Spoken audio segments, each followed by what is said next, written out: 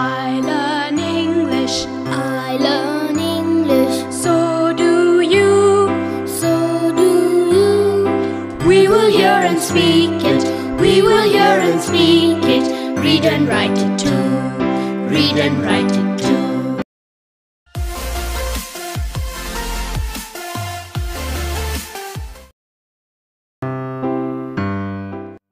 मी सुनीता घोरपडे. आशा, दिनू आणि मी आम्ही तिघं घरी परत आलोय. आम्ही प्राणी संग्रहालयात काय मज्जा केली आठवतंय तुम्हाला? बाप रे, काय हा आवाज? आजोबा आजोबा, मी अजिबात घाबरलो नाही सिंहाला. हो का? नाही घाबरलास? मग क क क काय आहे? असं कोण बोलत होतं? आजोबा, I saw a lion and a tiger in the zoo. Good. दमलात आता? सरबत पिणार? हो.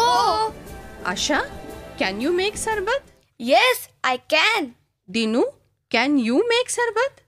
No, I can't. मग आशा शिकवेल तुला. तुम्ही दोघं मस्तपैकी थंडगार सरबत करा. आजोबा, त्या हत्तीची सोंड इतकी लांब असते.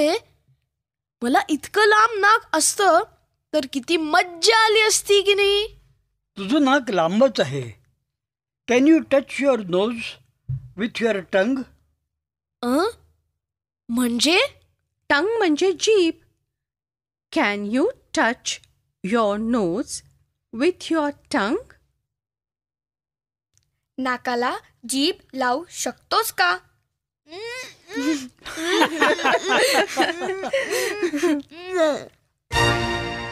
रेडिओ ऐकणाऱ्यांनो, तुम्ही करून बघा ना. नाकाला जीभ लावता येते? Can you touch your nose with your tongue?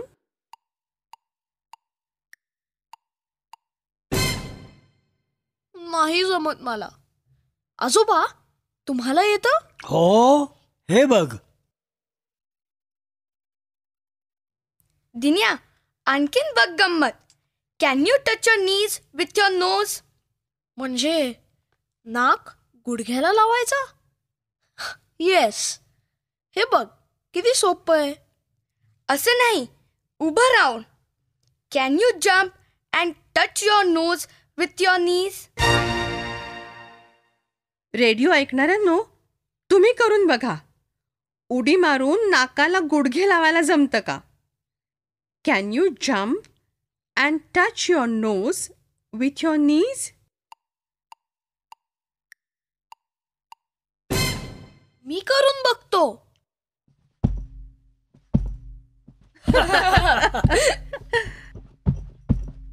Yes, see, I can. आजोबा, can you jump and touch your nose with your नीज?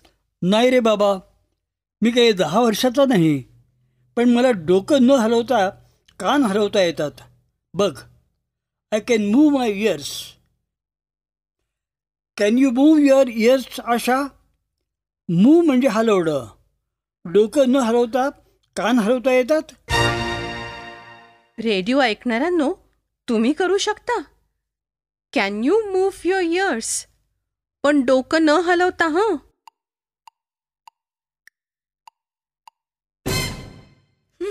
मला नाही जमत. आजोबा, कसं करता तुम्ही? तुम्ही माकडं पाहिलीत ना? असं करतात ना. कान हलवतात ना माकडं. हो, असंच करतात.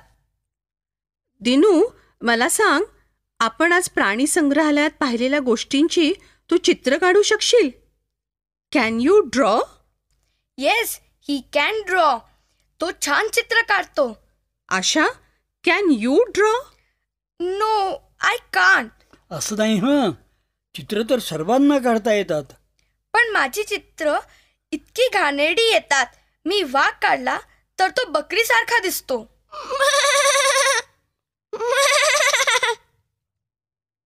Dinu, can you dance? Yes, I can. पण मला ताईसारखं छान नाही नाचता येत. Can your sister dance? Yes, she can. Sunita मावशी, can you dance? Yes, I can. मी लहानपणी नाचाचे कार्यक्रम करायची, पण आता नाही करत. But I can dance. आजोबा, तुम्हाला गाता येतं? Say it in English. Say म्हणजे म्हण. Say it in English. आजोबा, can you sing? Yes, I can. हमको मन की शक्ती देना मन विजय करे. आजोबा, तुम्हाला हिंदी बोलायला येतं? आजोबा, can you speak Hindi? Yes, he can. त्यांना हिंदी येतं, बंगाली येतं आणि रशियनही येतं. आणि रशियन वाचता येतं? Can he read Russian? Yes, he can. आणि रशियन लिहिता येतं? Can he write Russian? Yes, he can. Yes, I can speak, read and write Russian. आजोबा, मला शिकवाल का रशियन? मी रशियन टीच. हो, शिकवीन की. पण आधी इंग्रजी नीट शिकायला हवं. मी रशियन टीच असं नाही म्हणायचं. टीच मी रशियन असं म्हणायचं.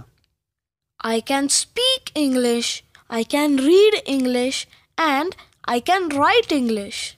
पण लहान लहान चुका होतातच. कधी कधी मोठ्या मोठ्या चुका पण होतात. झू मध्ये तो म्हणाला, he is eat, he is eating असं म्हणायचं ना. अगं, चुकतो तर आपण सर्वच, पण चुकत चुकतच शिकतो. जर चुका होतात म्हणून घाबरून गप्प बसलो तर कसं चालेल?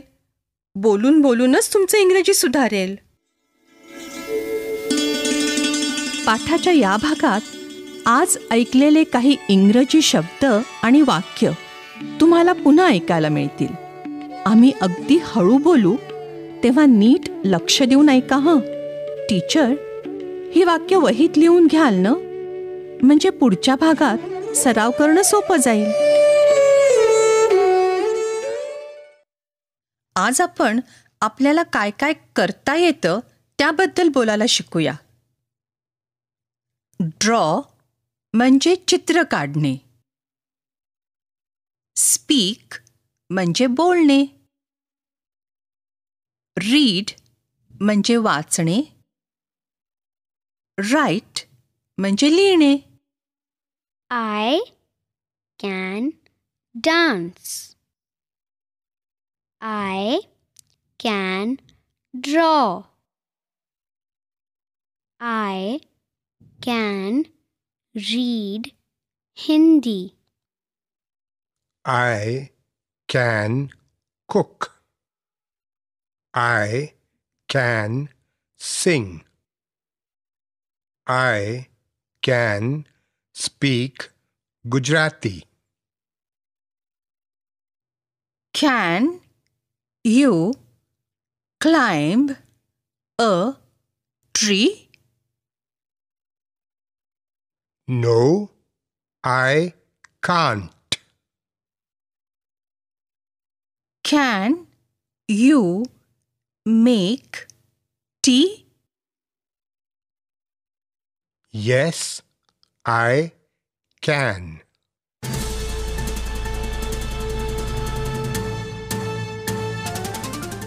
रेडिओ ऐकणाऱ्या मित्रमैत्रिणींनो, आता तुमची पाळी. शाळेत किंवा घरी जिथे असाल तिथे माझ्या सूचनांप्रमाणे बोलायचं हं. लाजायचं नाही बरं का. असं बोलून बोलूनच तुमचं इंग्रजी सुधारणार आहे.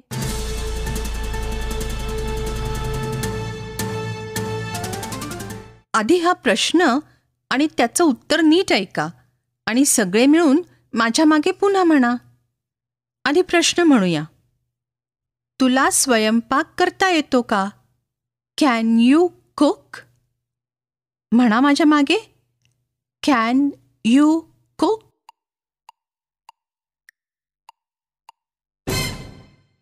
आता जर स्वयंपाक येत असेल तर उत्तर असेल येस, आय कॅन. म्हणा बघू.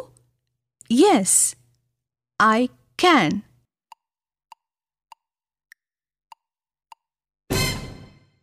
जर स्वयंपाक करता येत नसेल तर उत्तर असणार नो, आय कांट. म्हणा माझ्या मागे. No, I can't.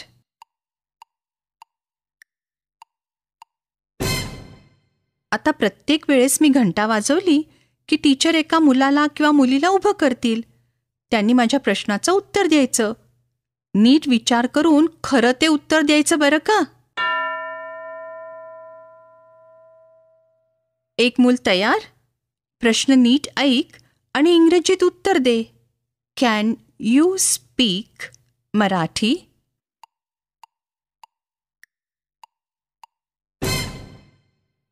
तुला मराठीत बोलता येतं का?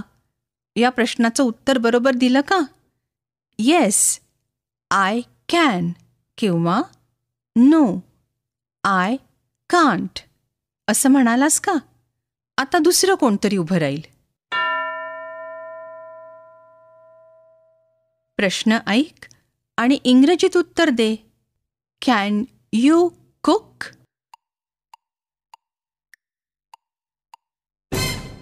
इंग्रजीत बरोबर उत्तर दिलं का? स्वयंपाक येतो का नाही ते सांगितलं. आता पुढचा प्रश्न पुढच्या मुलासाठी. नीट ऐक, इंग्रजीत उत्तर दे.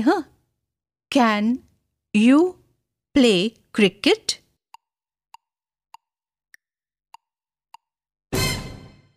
तुला क्रिकेट खेळता येतं का? इंग्रजीत उत्तर बरोबर दिलं का? प्रश्न ऐक आणि इंग्रजीत उत्तर दे. Can you read Russian?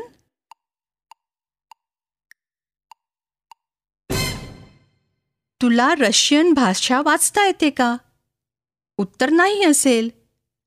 No, I can't असं म्हणालास ना. आता मी काय विचारते ते नीट ऐक आणि इंग्रजीत उत्तर दे. Can you speak English?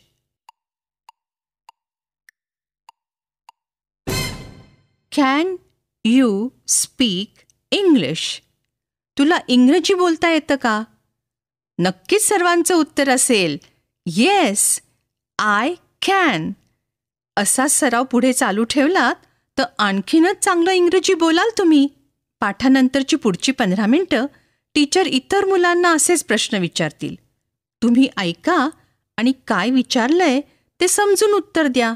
वाक्यात स्पीक, रीड, राईट, ड्रॉ या शब्दांचा वापर करा आणि आधीच्या पाठातले कृतीचे शब्दही वापरा बरं का. आता आपण भेटू.